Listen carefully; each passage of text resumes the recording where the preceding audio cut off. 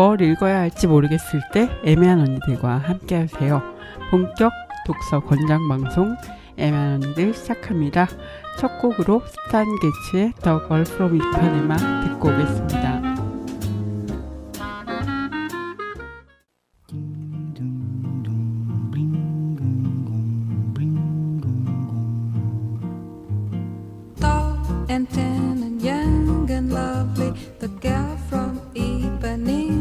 Walking, and when she passes, each one she passes goes when she walks, she's like a samba that swings so cool and sways so gently that when she passes, each one she passes goes oh, but he watched her so sadly.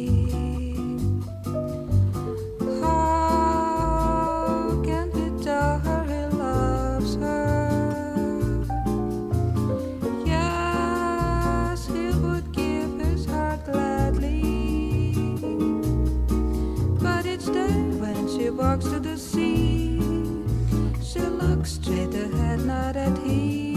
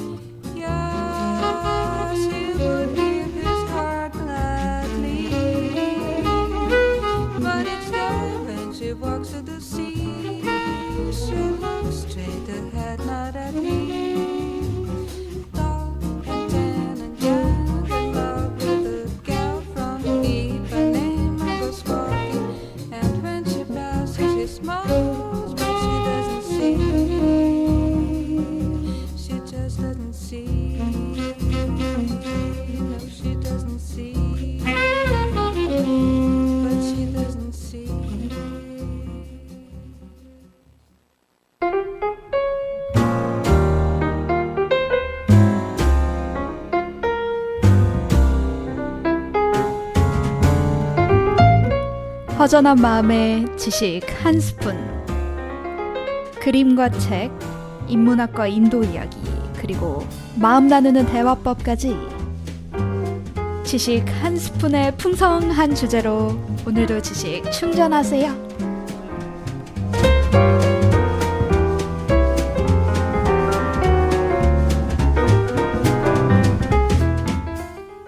네, 스탄 게츠의 The Girl from Ipanema 듣고 왔습니다.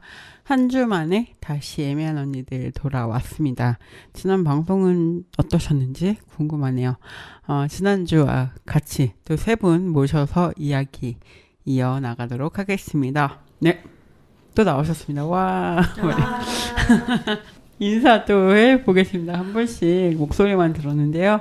인사해보겠습니다. 돌아가면서 희정님부터. 네. 저는 1할 자격의 저자이자 기록 노동자 희정입니다. 반갑습니다. 네, 반갑습니다. 저는 희정님과 함께 일할 자격을 만든 편집자 김지아입니다. 네, 반갑습니다. 네, 저는 일할 자격의 인터뷰이자 정치노동자 태린입니다. 오, 정치노동자 태린님까지 세 분 함께 하겠습니다. 지난주에는 저희가 일할 자격에 대해서 이제 약간 표지 얘기도 하고 제목 얘기도 하고 뭐 이러면서 좀 약간 인상도 이야기하고 어떻게 이런 책을 쓰시게 됐는지 만들게 됐는지 이런 이야기도 좀 해봤습니다. 오늘 한 주 만에 돌아와서 오늘부터는 조금 더 본격적으로 이야기를 해보겠다 이런 계획을 가지고 왔고요. 지난주 방송 어떠셨던 것 같습니까? 지아님. 저 자리 바꾸고 싶어요.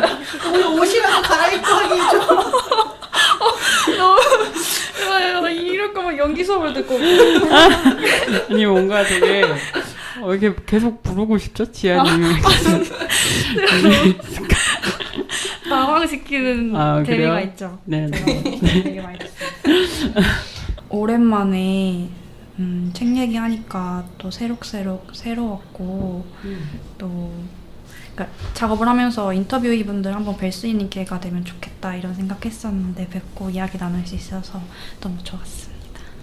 테리님은 어떠셨어요? 방송 한번 해보시니까. 제 목소리를 듣는 것이 굉장히 힘든 일이다. 그래서 라디오를 하시는 분들은 정말 대단하다 이런 생각을 또 먼저 했었고요. 네. 그리고 저도 인터뷰를 이제 작년에 했었어가지고 조금 잊고 지내다가 이제 책이 나와서 읽어보고 그리고 조금 더 공백이 있고 나서 이렇게 얘기를 하니까 좀 더 고민을 할 수 있는 시간이 있었어가지고 이렇게 적정한 시기에 방송이 있지 않았나 그런 생각을 했습니다. 네, 또 애매한 언니들이 적절한 시기에 여러분도 초대해서 너무 다행이네요. 네. 희정님은 어떠셨습니까? 저는 일할 자격 관련된 얘기를 어쨌든 강의나 아니면 북토크 자리에서 이제 진행을 하고 있었는데 이렇게 편집자 선생님하고 그리고 인터뷰와 같이 얘기하는 자리는 오늘이 처음이에요. 그래서 감회가 진짜 새롭고 좀 든든한 느낌? 그래서 너무 좋다 이렇게 생각하고 많이 이렇게 의지하고 있습니다. 지아쌤 많이 얘기해 주세요. 서로에게 의지하는 방송. 네. 방송이란 게 서로에게 뭐 책 만드는 것도 비슷하겠지만 맞아요. 서로 의지해야지 될 수 있습니다. 네. 지아님은 잠깐 제가 잠깐 이야기를 하다 보니까 MBTI가 책 만들면서 바뀌셨다고 저희가 MBTI 얘기를 좀 했는데 바뀌셨다고 하더라고요. 어떻게 바뀌셨는지. 제가 원래는 고등학교 때 처음 MBTI 검사를 했고 그때부터 지금까지 그러니까 3개월 전까지 쭉 INFP로 살았거든요. 네. 살면서 또 여러 직장 상사들을 거치면서 T랑 같이 일을 못하겠다 이런 생각 많이 하면서 지냈는데 네. 이 책이 마친 후에 뭔가 내가 이상하다? 좀 변했다 싶어가지고 검사를 다시 해보니까 ENTP였어요. ENTP. 네. 그건 뭔가 이 책이 영향을 미친 건가요? 저도 좀 계속 아직까지 의아한데요. 아무래도 책을 좀 몰입해서 만들어 본 경험? 거기서 오는 효능감이 나름 있어가지고 좀 일에 빠지게 된 것 같고 그리고 그 사이 또 직급 변화도 좀 있었고 여러 가지 요인상 그렇게 된 것이 아닌가. 약간 관리자 네. 급으로 이제 네, 그렇군요. 맞아요. 네, 그렇군요. 이 책이 네. 일을 과도하게 요구하는 사회가 맞는가 이거 묻고 있는 책인데 책을 만드시면서 일을 더 열심히 하게 되셨다고 그래서 저희가 막 놀리던 참이었어요. 그렇군요. 네. 저도 T로서 T들의 모임을 또 이렇게 공감을 좀 한번 해보면서 어쨌든 성향이 왔다 갔다 하는 거죠. 뭐 이런 일을 할 때 또 그러고 다시 막 F로 돌아가는 거 아니야 다시. 그렇죠. 이렇게 우리가 이 책 내용과는 약간 반대되는 그런 이야기 좀 해봤고요. 네. 이 방송 이번 주에 처음 들으시는 분은 MBTI 책인 줄 알고 이거 MBTI 책인가요? 이렇게 혹시 T로 바꾸고 싶으신 분들 이 책 읽어보시면 T로 바꿀 수 있다. 실마리가 잡힐 수도. 어떻게 T가 될 것인가. MBTI에 영향을 줄 수 있는 일할 자격을 지금 이야기하고 있고요. MBTI와 관련은 딱히 없지만 우리가 그 얘기가 우연히 나왔어요. 근데 지난 회차 5회에 들으신 분들은 아마 이 책의 대략적인 내용도 이미 알고 계시겠지만 이 사회에서 계속 묻고 있는 일할 자격이 있는가 없는가 우리 노동을 어떻게 할 것인가, 난 괜찮은 노동자인가, 이렇게 묻는 그런 순간들이 있잖아요. 사회적으로도 그렇고 저희 개개인도 그렇고 그런 여러 가지 자격 그리고 이야기를 묻고 있는 책입니다. 네, 그러면 일할 자격에 대해서는 음악 듣고 와서 또 본격적으로 또 이야기해 보겠습니다. 게스트분들의 신청곡을 들으려고 하는데요. 어떤 음악인지 좀 설명을 좀 해주시죠. 에고 데스 인 타일랜드인데요. 누구의 신청곡이시죠? 제 신청곡이고요. 네. 별다른 의미는 없고 그냥 플레이리스트 상단에 있는 노래 중에 하나였는데 거기 제목에 에고데스라는 데 좀 꽂힌 것 같아요. 일할 때 아무래도 좀 자아를 죽이고 일하게 되니까 지금 자아를 죽이고 있는 각지의 비규범 노동자님들께 바친다는 생각으로 네, 선곡했어요. 네, 그러면 듣고 오겠습니다.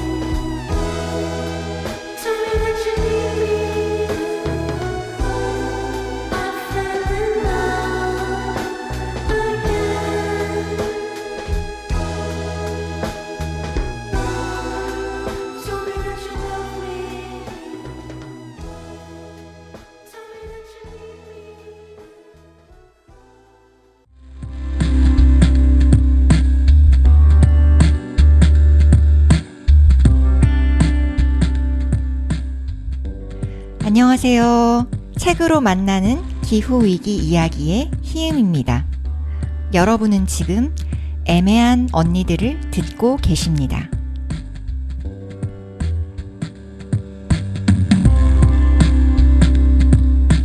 에고 데스 인 타일랜드 쿠코의 노래였습니다. 네, 지아님의 신청곡이었고요.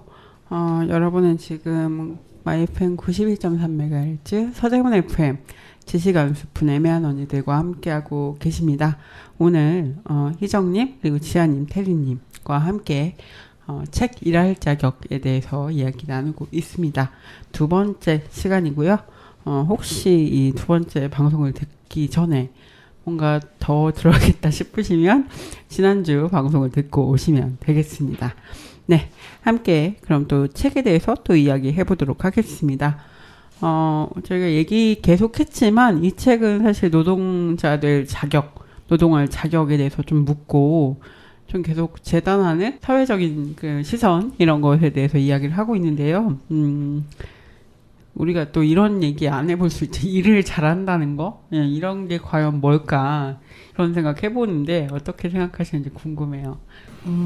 이 책의 부제에 들어가 있기도 한 나쁜 노동자라고 하는 단어가 있는데 저를 돌이켜봤을 때 좋은 노동자가 되고 싶어하는 근데 저는 이제 노동에 관련된 책을 쭉 써왔거든요. 그래서 과로 질환에 대한 부분, 뭐 직업병에 대한 부분 이런 것들을 쭉 써오면서 노동자들을 성실해야 된다, 근면해야 된다라고 이제 어떻게 추동하는 이 사회에 대한 비판도 많이 하고 이 자본주의 사회의 효율과 속도에 대한 어떤 평가 뭐 이런 것들을 내내 글에 써왔는데 그렇지만 글을 아무리 써도 내가 좋은 노동자이고 싶고 내가 성실한 노동자이고 싶고 사람들에게 폐를 안 끼치고 좀 평가를 잘 받는 노동자이고 싶은 욕망은 좀 줄어들지 않는 거예요. 그래서 제가 책에도 써놓긴 했는데 나는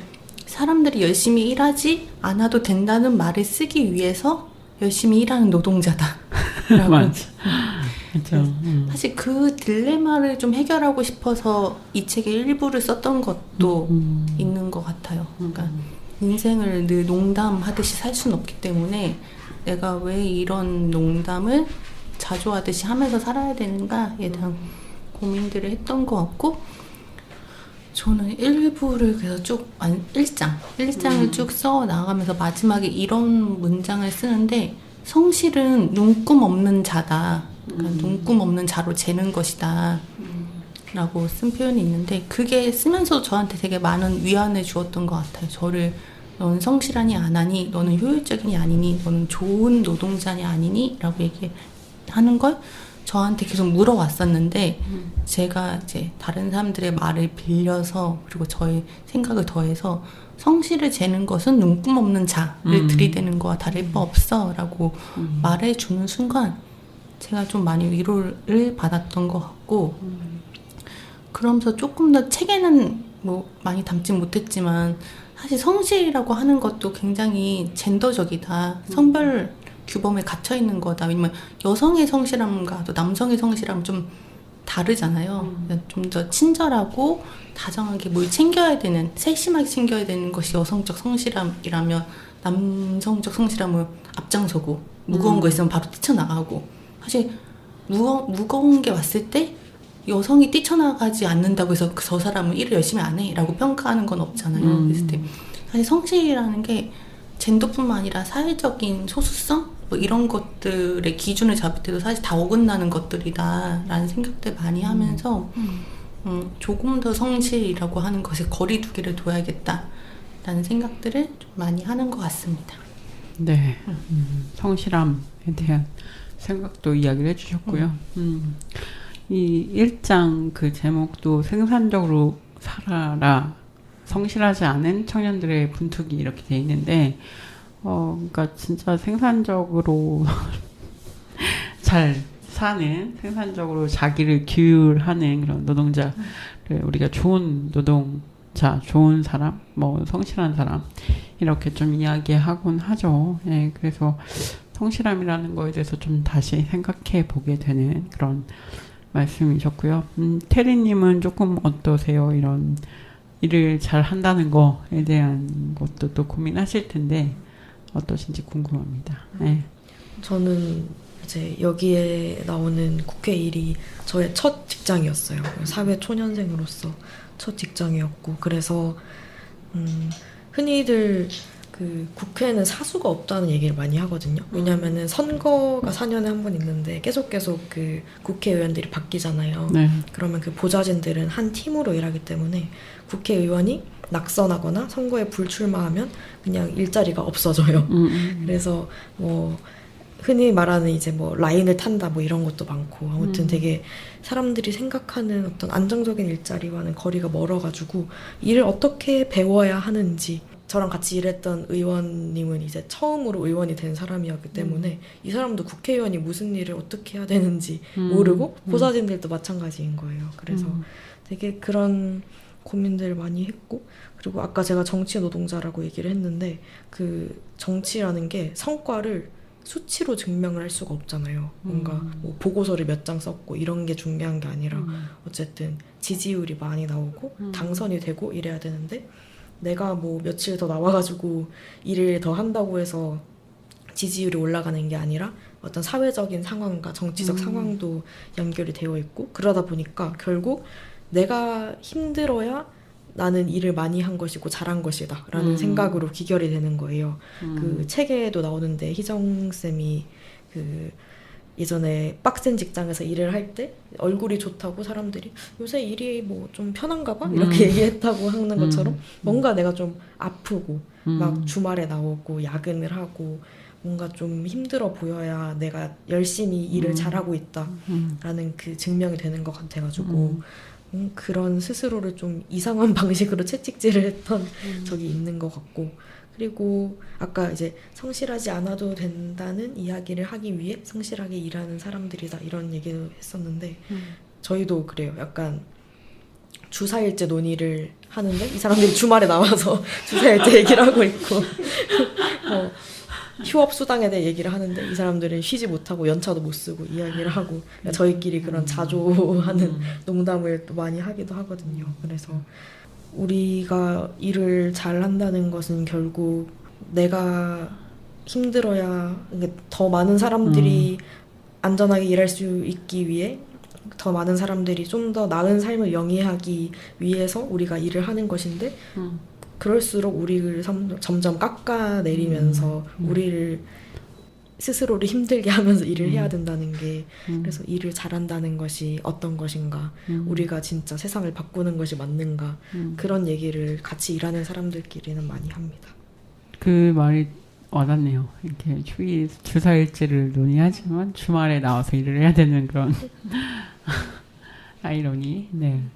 지아님은 어떠세요? 저는 성실함 얘기를 하자면 주변 친구들이 좀 떠오르는데 특히 IT 직군에 있는 친구들은 일은 일대로 하는데 또 주말에는 일을 위한 공부를 하고 또 일과 공부를 다 잘하기 위해서 일 마치면 헬스장에 가는 친구들 뭔가 사회가 참 건강한 청년이라고 말하는 청년들이잖아요. 근데 그 친구들하고 얘기를 하고 있으면 어쩌면 성실함에 매달리게 되는 건 그거 말고는 붙잡을 지표가 없어서 라는 생각이 좀 들기도 하거든요. 그러니까 지금 받는 어떤 임금소득으로는 뭐 유의미한 미래 기반을 마련할 수 있는 것도 아니고 내가 성인이 됐는데 성인임을 증명할 방법이 없는 거죠. 그래서 뭐 갓생, 갓반인의 유행이 특히 이제 몸을 통한 자기관리로서 두드러지게 드러나는 이유가 그러니까 어쨌든 보이는 것으로 나의 성실함 내가 내 가치 증명을 하는 거죠. 그것으로서의 성실함이 청년들 사이에서 조금 매달리게 되는 가치가 된 게 아닌가. 네, 그런 생각을 하게 됩니다. 네. 그러고 보니까 바디 프로필 찍는 얘기가 또 책에도 나오는데 그것도 생각이 나네요. 뭔가 자기가 계속 노력하고 있고 뭔가를 열심히 자기 관리를 하고 있다 이런 거를 이제 바디 프로필을 찍음으로써 좀 보여주는 그런 이야기도 뒤쪽에 나왔던 것 같거든요. 네, 그래서 그 말씀이 맞는 것 같아요. 어떤 지표로 나를 설명할 수 없을 때 뭔가 난 열심히 살고 있고 뭔가 노력을 하고 있고 어떤 뭐 주말에도 일하고 자기 관리를 하고 이런 것들을 통해서도 보여주는 게 아닌가. 그런 뭐 갓생을 실천하시는 분들만이 아니라 저도 그럴 때가 있어요. 뭐 주말에 일하는데 그거를 이제 뭐 힘들기도 하고 물론 그런 건데 SNS에 굳이 써가지고 막 이렇게 힘들게 일하고 있다 이런 걸 막 사람들한테 보여주기도 하고 막 이런 것도 있을 수 있죠. 그게 어떤 저 친구 되게 열심히 일하는군 막 이러면서 뭐 이런 이미지를 또 우리가 또 가져가기 위한 그런 걸 수도 있겠죠. 네. 책에서 그 인터뷰이 분들이 던지는 질문들이 되게 좋았거든요. 이를테면 전 처음에 생각났던 게 얘기해도 되나? 직장에서 쓰레기를 너무 많이 만든다. 그래서 나는 이 직장을 다니기가 힘들다라고 이렇게 얘기하시는 분이 있었잖아요. 처음에.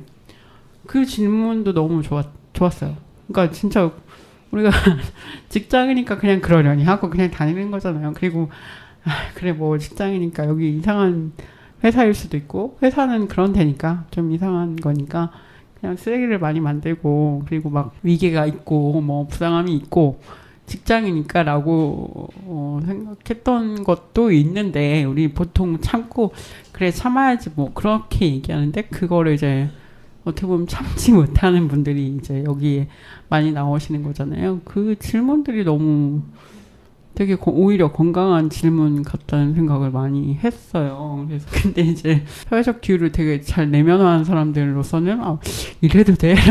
실제로 희정님도 그런 걱정을 하시는 부분이 나오는데 그렇게 어쨌든 자기의 안의 목소리와 지금 좀 현실로 나타나는 그런 인터뷰들의 고민과 이렇게 부딪히잖아요.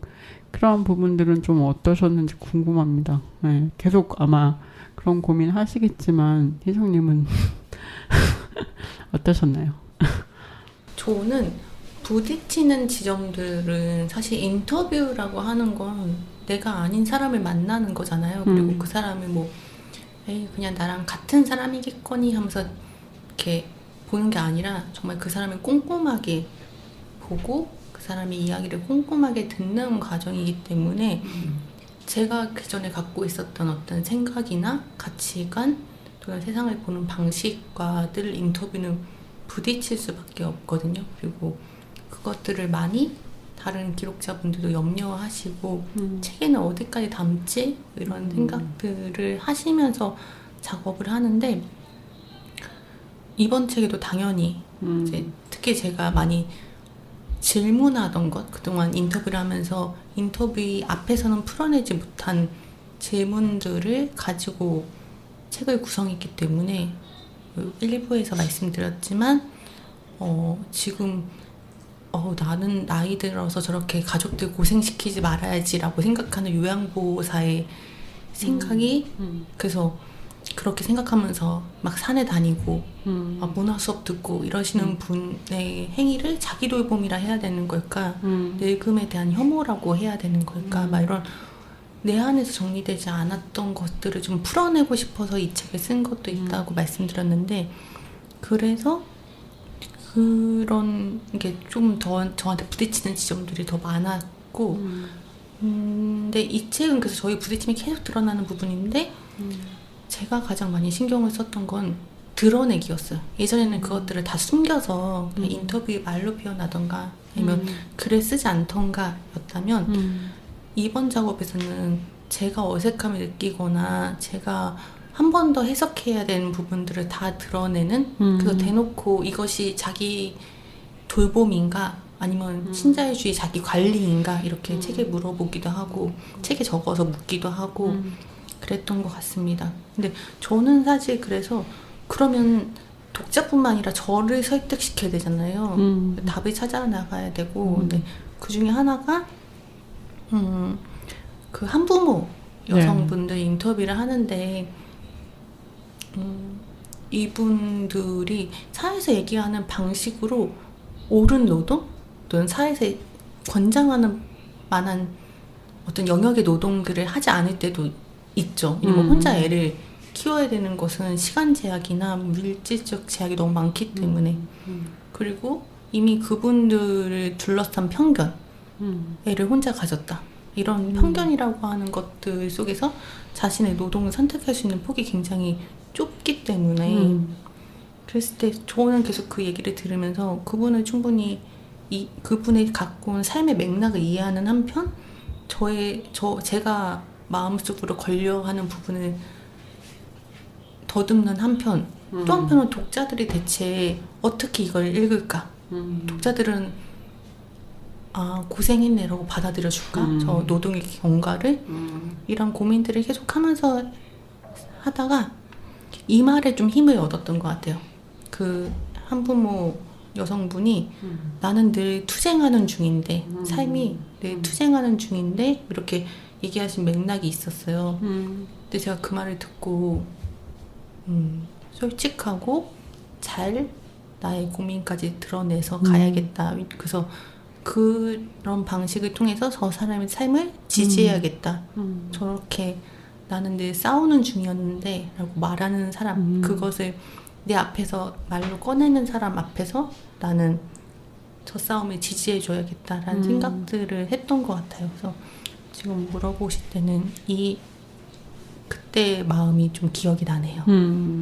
이게 계속 그런 고민이 되실 것 같아요. 아무래도 직접 사람을 만나고 그걸로 또 계속 작업을 하고 인터뷰를 통해서 글을 쓰시는 거다 보니까 계속 그런 고민을 하게 되실 것 같고 또 사실은 저 같은 경우 독자로서 책을 읽으면서도 그런 고민을 또 하게 되는 것 같고요. 그렇습니다. 여쭤보고 싶은 것도 있었어요. 우리가 꼭 일을 해야 할까? 이게 전 너무 고민이거든요. 우리가 지금 사실은 일자리도 다 없어지는데 AI가 다 챗 GPT가 지금 우리의 자리를 뺏고 있고 사람들의 일을 대신해주고 있는데 이런 고민도 하고요. 그리고 우리한테 일이 뭘까 이런 고민도 하게 되더라고요. 읽으면서 또 그래서 여러분들은 어떻게 생각하시는지 네 궁금합니다. 네. 너무 어려운데. 가위바위보. 일 많이 하는 사람들을 데리고 와가지고 진짜 우리 일 많이 하죠. 그렇죠. 일반적으로도 일을 많이 하고 어떤 작가님 책을 읽다가 제가 그런 김추엽 작가님이었나? 그 책을 읽다가 외국에 가서 이제 글을 쓰시는데 점심 지나고 저녁이 돼서 그래 그럼 밥 먹고 와서 글을 좀 더 써볼까라고 생각하셨는데 거기는 이제 외국이니까 다 집에 가고 자기 혼자 남은 거죠. 그래서 사람들은 일하지 않는데 우리는 계속 일을 하고 있는 그런 한국적인 리듬이 있는 거죠. 그래서 그것도 생각이 나요. 그래서 우리는 너무 많이 일을 하긴 한다. 우리가. 근데 또 우리가 일 안 하고도 행복할 수 있을까 이런 고민도 저는 좀 들었어요. 저는 그러니까 여기서는 일 자체에 대해서 일을 할 수 없는 어떤 거부하는 분들도 있고 일 자체에 적응하는 것이 힘든 분들도 있는데 저는 또 되게 옛날 사람 생각인지 모르겠는데 일은 되게 신성하고 막 그런 생각이 있잖아요. 그런 것도 또 있기 때문에 그런 일이란 뭘까 이런 생각하시는지 궁금합니다. 우리 테리님부터 이렇게 어려운 질문이니까 테리님부터 한번. 제가 노동시장에 진입한 지 가장 얼마 안 된 사람인 것 같은데 글쎄요. 저도 약간 보수적인 사람이거든요. ISTJ MBTI를 가진 사람으로서 굉장히 규율과 규칙이 없으면 불안하고 이런 사람이어서 막 절대 지각 안 하고 시간 딱딱 지켜가지고 맨날 계획표 쓰고 좀 그런 사람인데요. 그래서 일이 일을 안 해도 되지 않을까라는 생각을 사실 해본 적이 없는 것 같아요. 너무 신자유주의적인 생각이죠. 근데 한편으로는 이제 일을 하면서 좀 해방감을 느낄 때도 있어가지고 어떤 그런 일을 한다는 거는 저에게 제가 컨트롤할 수 있는 어떤 공간이 생기고 기회가 주어지는 것이기도 하잖아요. 그래서 저의 어떤 제가 겪는 질환이나 아픔에 대해서 어떤 마이크를 가지고 얘기를 한다거나 그럴 때 내가 이 순간을 위해서 지금까지 좀 어려운 시간들을 견뎌왔구나 하는 그런 해방감이 들 때도 있었고, 물론 이제 무수한 힘든 시간들을 이제 쌓아왔기 때문에 그런 순간들이 오는 것이기는 하지만 그래서 그리고 일을 하면서 만난 사람들도 늘 좋지는 않지만 아 내가 이 사람을 여기가 아니면 또 어디서 만났겠어 이런 감각이 또 들 때도 있고 그래서 일을 꼭 해야 할까? 물론 돈이 많다면 굳이 안 해도 되겠지만 또 안 하면서 사는 게 꼭 행복한 것은 아닐 것이다. 이런 애매한 답변을 드리고 싶습니다. 네. 그러니까 좀 반대로 우리가 일을 하는 게 좋다라고 또 생각하기 때문에 그러면 일하기 좋은 생각을 유지할 수 있는 일자리가 얼마나 있느냐 이런 생각도 또 갑자기 또 드네요. 그럴 수 없기 때문에 이제 사실은 회사를 못 다니고 그런 분들이 또 많은 걸 수도 있겠죠. 네. 다른 분들은 어떠신가요? 네. 글쎄, 어쨌든 생계유지나 자기 가치 증명을 일로 하게끔 하니까 사실 안 하고 살기는 좀 어렵다 질문을 받고는 그런 생각이 들었고요.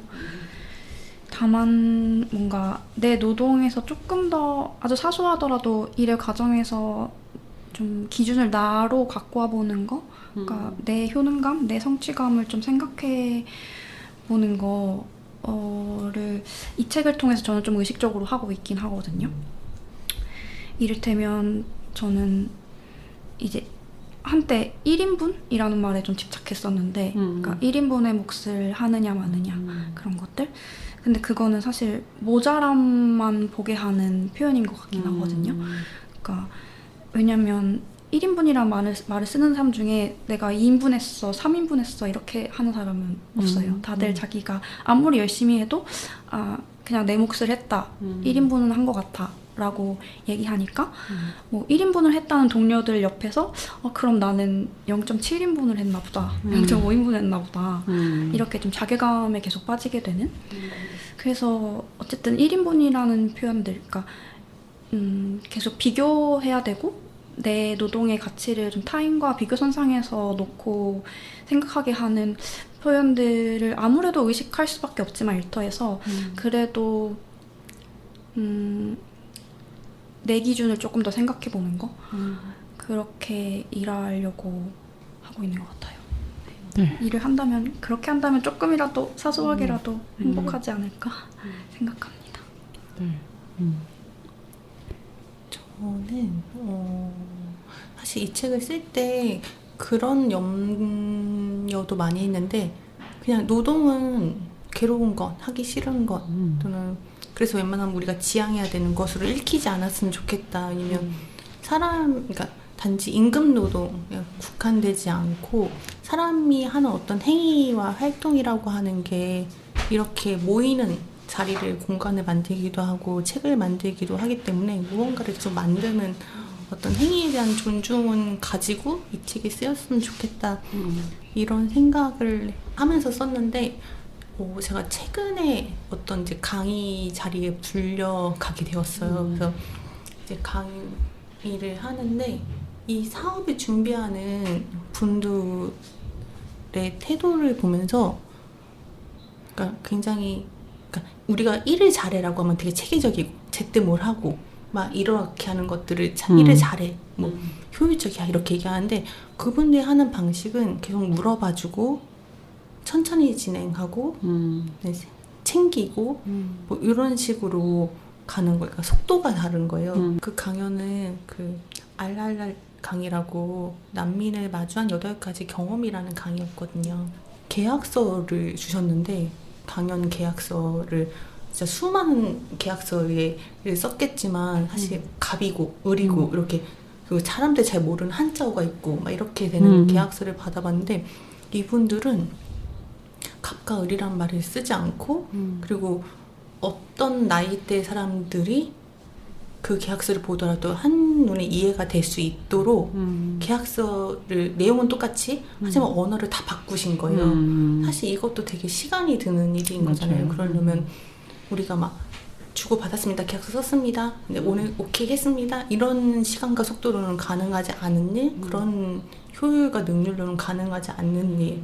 그래서 제가 계약서를 보고 너무 감동을 받았고 강연을 진행할 때 이 안내라고 하는 게 오늘 뭐 여기 뭐가 누가 오셨습니다. 뭐 연사를 발언하고 이런 게 아니라 그 안에 존재할 수 있는 장애의 어떤 속성들을 다 배려해서 이제 누구는 예를 뭐 위치를 더 정확하게 얘기해야 되는 장애가 있잖아요. 시각장애 관련돼서나 이런 것들 다 고려해서 진행이 되는 거죠. 그래서 제가 그걸 보면서 일을 잘한다는 건 의미가 바뀌어야 되는 거 아닐까? 저런 게 아닐까라는 생각들을 했고 사실 계약서를 바꿔서 그렇게 쉽게 쓰는 노동을 우리는 노동이라 생각하지 않잖아요. 누군가를 고려하는 것에 대해서. 그랬을 때 책에도 계속 쓰고 있는 부분이지만 책에 이것이 노동이 아니다라고 선언할 권리는 우리한테 없다. 이것이 성실이다 아니다라고 선언할 권리가 없는 것처럼 타인의 노동을 노동이다 아니다라고 가르는 행위도 우리에게 권한이 없다. 그래서 그렇게 가르지 제가 다른 인터뷰에서 했던 말인데 그렇게 타인의 노동을 세상의 잣대로 가르는 행위를 멈춘 우리에게 찾아오는 것은 우리의 노동이 무엇인지 결정할 권리와 힘이다 라고 얘기를 한 것 같아요. 그래서 수동적으로 우리가 일을 해야지 먹고 살지 이런 것들에서 넘어서 우리의 노동, 우리 일이라는 게 무엇인지를 우리가 결정해야 되는 때가 아닐까 그런 생각들을 좀 책 쓰면서 했던 것 같아요. 되게 공감이 가는 말씀인 것 같아요. 지금 얘기하신 게 정말 일을 결정한다라고 하는 게 사실 이 책에서도 그렇지만 내가 일을 하고 있는가 하지 않고 있는가를 남들이 정해주는 것처럼 저도 그런 얘기 많이 들었는데 이제 좀 생산적인 걸 해 약간 이런 얘기 괜찮은 일을 해 뭐 이런 얘기도 많이 하고 우리가 좀 제대로 된 일을 해라 이렇게 얘기를 많이 하는데 그런 거가 아니라 정말 우리가 좀 규정할 수 있고 좀 일이란 게 이렇게 돼야 된다라는 걸 할 수 있어야 되는 게 아닐까라는 생각을 해봅니다. 그런 얘기가 너무 없어졌죠. 사회적으로도. 그쵸. 옛날에는 뭐 좋은 일 이런 얘기도 좀 너무 옛날인가요? 어쨌든 있었던 것 같은데 요즘은 아예 그런 얘기 자체가 없어지고 그냥 돈을 잘 벌고 뭐 이런 게 좋은 일이다. 돈을 위해서 일을 하는 거지. 라는 얘기도 많기 때문에 저는 조금 개인적으로 요즘 뭐 나오는 말 중에 조금 현생이라고 이제 뭐 지금 현생이라고도 하고 현생이라고도 하고 이게 내가 일을 하고 있는 거는 뭔가 혐오스러운 그냥 현생에서 그냥 일어나는 일이고 진짜 나는 다른 데 있어 뭐 이런 이분법 같은 게 좀 있었던 것 같은데 그런 것들도 좀 많이 되게 생각이 그때 많아졌던 기억이 있어요. 그래서 진짜 나는 그러면 어디 있는 걸까 뭐 이런 생각도 들고 좀 일에 관련해서는 좀 이런 여러 가지 생각을 좀 하게 되는 것 같습니다. 이렇게 일과 관련해서 그리고 책과 관련해서 좀 이런저런 얘기 해보고 있는데요. 또 이 책을 읽으시고 아니면 읽지 않으셨어도 지금 방송을 듣고 계신 분들에게 좀 책과 관련해서 이런 거는 좀 신경 써서 혹은 조금 더 봐주셨으면 좋겠다. 이런 게 혹시 있으실까요? 아니면은 좀 책에 대해서 좀 해야 되는데 못했다. 이런 얘기 있으시면은 하시면 좋을 것 같아요. 저는 이 책은 같이 읽고 서로 이야기를 많이 나누는 책이었으면 좋겠다. 특히 자기의 일에 대해서 라는 바람을 품고 있습니다.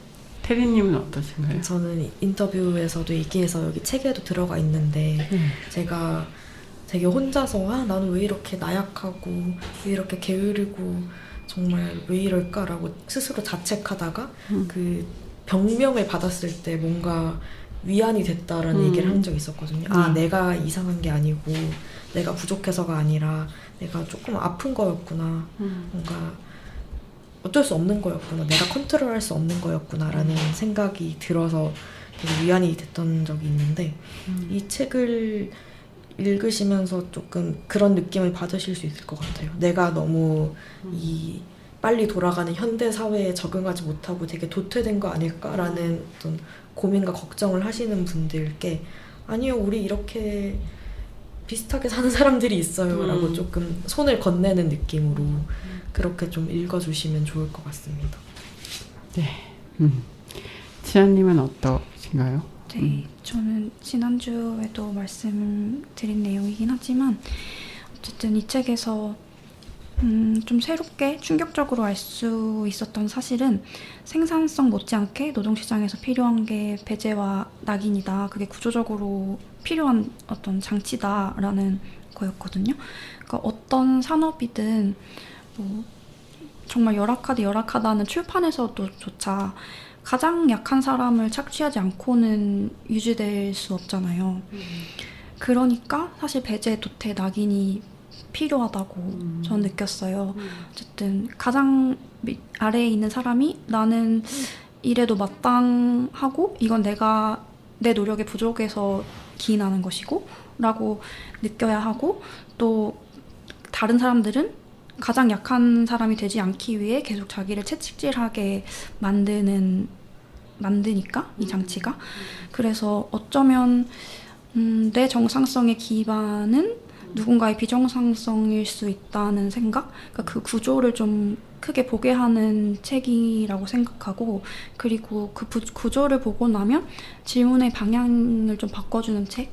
그러니까 이전까지는 내가 좋은 노동자인지 나에게 자격을 묻는 질문을 주로 해왔다면 이제는 이 일터가 뭘 제 정상성으로 생각하면서 나를 다루고 있는지 그런 걸 좀 돌려서 질문할 수 있게 만드는 책으로 읽어주셨으면 좋겠다는 생각입니다. 책에 대해서 이렇게 읽을 때 우리가 어떤 생각으로 좀 읽어주시면 좋겠다 이런 바람들도 들어봤고요. 이제 거의 시간이 돼서 마지막으로 출연자분들 각각의 계획 들어보고 싶고요. 그리고 책의 또 계획도 좀 들어보고 싶습니다. 지아님, 네. 네. 저는 계획이라면 앞으로 일할 자격처럼 제가 또 몰입해서 만들어 볼 수 있는 책을 또 만나는 게 계획이자 바람이자 그런 것 같습니다. 저는 앞서도 말씀드렸지만 이 책을 처음 시작할 때는 일에 통 재미가 없고 좀 불성실한 노동자라고 스스로를 생각했었는데 이 책 하면서 주변인들이 막 갑반인이라고 놀리고 그 정도로 몰입하게 만든 경험을 저한테 선사해 준 책이거든요. 그래서 일할 수 있는 기회가 얼마나 남았는지 잘 모르겠지만 그 시간 동안은 또 이렇게 몰입해서 할 수 있는 책 또 만나고 싶다. 그래서 그런 준비를 조금 하고 있어요. 네. 어디 가시는 건 아니요. 아니죠? 아니요. 어디 가시는 거 하고. 사장님 긴장하셨다. 사장님이 뭐라고? 아니 이 책을 만들면서 네. 그러니까 좀 내가 지금처럼 일할 수 있는 시간이 어쩌면 정말 찰나일 수도 있겠다라는 생각을 해서 그래서 맞아요. 그런 말이 나온 것 같아요. 그렇죠. 저도 그런 생각을 합니다. 더 이상 체력이 떨어지지 않고. 네. 그러면 또 희정님, 태리님, 계획 좀 얘기해 주세요. 저는 제가 일하면서 주로 만나는 사람들이 사회적 소수자라고 일컬어지는 사람들이거든요. 뭐 장애인이라거나 성소수자라거나 비정규직 노동자라거나 그래서 그런 사람들이 오히려 굉장히 열심히 그러니까 이 사회적 정상성에 편입되기 위해서 열심히 살고 있지만 이 사람들이 하는 일이 노동으로 여겨지지 않는다거나 정말 좋은 일 착한 일 하시네요 라고 여겨진다거나 그런 일이 많잖아요. 하지만 이들의 삶의 방식이 뭔가 누군가가 재단할 수 있는 것이 아니라는 것 뭔가 좋은 일 나쁜 일을 특정인이 권력을 가진 사람이 가릴 수 있는 것이 아니라는 것을 좀 알리는 활동을 앞으로도 해나가고 싶다는 그런 소망이 있습니다. 네. 그럼 마지막으로 희정님. 네, 저는 계획을 얘기하려면 홍보를 할 수밖에 없는 베테랑의 몸이라 그래서 이제 오랫동안 한 직종에서 일하신 분들의 인터뷰를 담은 책이 다음 달에 나옵니다. 네. 그래서 그 책도 많이 찾아주셨으면 좋겠고, 사실 베테랑의 몸 작업을 하면서 일할 자격이랑은 또 다르게 노동이라는 게 뭘까라고 좀 생각을 하게 되었어요. 그리고 뭐 책에는 잘 담겼는지 확신할 순 없지만 관계라고 하는 것을 좀 고민하게 되었거든요. 노동자가 자기의 생산수단과 맺는 관계, 동료들과 맺는 관계라고 하는 것들, 이 관계까지 포함해서 노동을 보는 것이 조금 더 세상 속에서 노동을 바로 보는 게 아닐까, 이런 생각을 해서 저한테도 동료 관계들이 있고 아까 테리님이 저희 기록팀이라고 말씀드렸잖아요. 싸우는 여자들 기록팀이 올해 다시 연재를 시작하려고 합니다. 그래서 그 기록도 함께 봐주셨으면 좋겠고, 또 이 친구 집단처럼 싸우는 노동자를 기록하는 사람들이라는 기록팀도 있어요. 사람이라고. 그 팀도 지금 열심히 기록 작업 중이라서 저는 올해도 그렇게 기록으로 한 해를 채울 것 같습니다. 네, 다음 달에 또 책이 새롭게 나온다고 하니까 다음 달에 또 나오시고요. 고정 게스트. 제 맘대로 그냥. 네, 네. 세 분 감사했고요. 책도 또 많은 분들 더 만나고 또 일에 대한 또 많은 이야기 또 나눌 수 있으면 좋겠다, 이런 생각을 또 해보면서 마무리를 해보겠습니다. 오늘 나와주셔서 감사합니다. 감사합니다. 네, 그리고 마지막 곡 띄워드릴 건데요. 불안에게라는 곡을 띄워드릴 건데, 또 이거 신청하신 분이 있어서 조금 설명해 주시면. 네, 제가 신청을 했고요. 이거 제목대로 약간 마음이 좀 혼란하고 내가 다 잘못한 것 같고 좀 불안하고 할 때 들으시면 위로가 되는 곡으로 골라보았습니다. 생각의 여름의 음악인데요. 불안에게 들으면서 인사하겠습니다. 감사합니다. 감사합니다. 오늘 나와주셔서 감사합니다.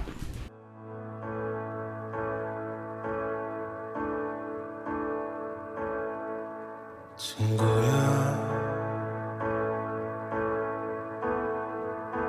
하나의 파도야.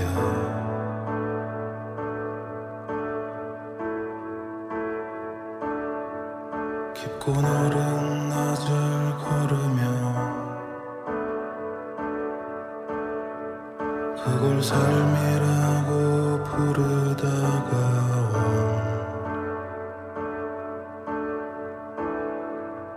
친구야, 하나의 파도야.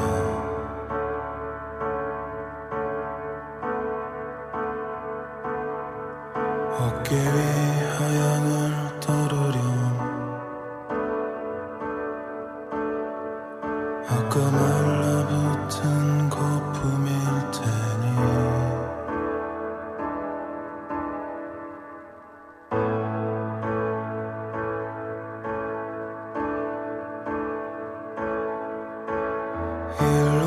일렁여야만 바다는 아니니까.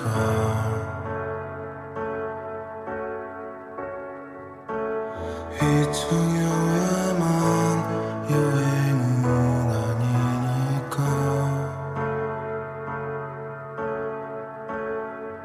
친구야, 하나의 파도야.